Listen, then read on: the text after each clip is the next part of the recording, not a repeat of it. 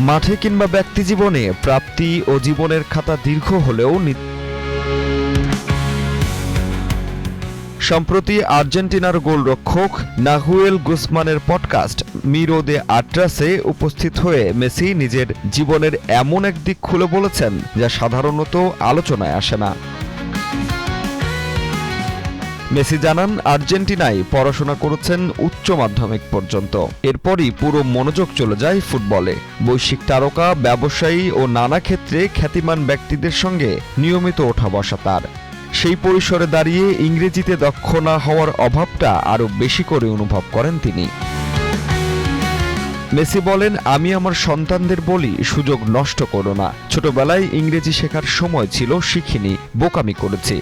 এখন অসাধারণ সব মানুষদের সঙ্গে থাকি, কখনো কখনো নিজেকে অজ্ঞ মনে হয়। এক্সট্রিম মশার কয়েল প্ল্যান্ট ফাইবার দিয়ে তৈরি, ডেঙ্গু, চিকুনগুনিয়া বাহি সহ যে কোনো মশার বিরুদ্ধে দেয় এক্সট্রিম সুরক্ষা।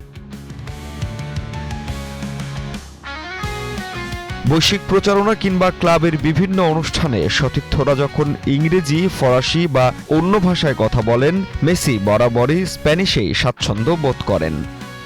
মাঠে তার পায়ের জাদু যদিও ভাষার সীমা মানে না, তবুও ব্যক্তিগত পরিসরে ভাষাগত সীমাবদ্ধতাকে তিনি খোলামেলাভাবে মেনে নিয়েছেন।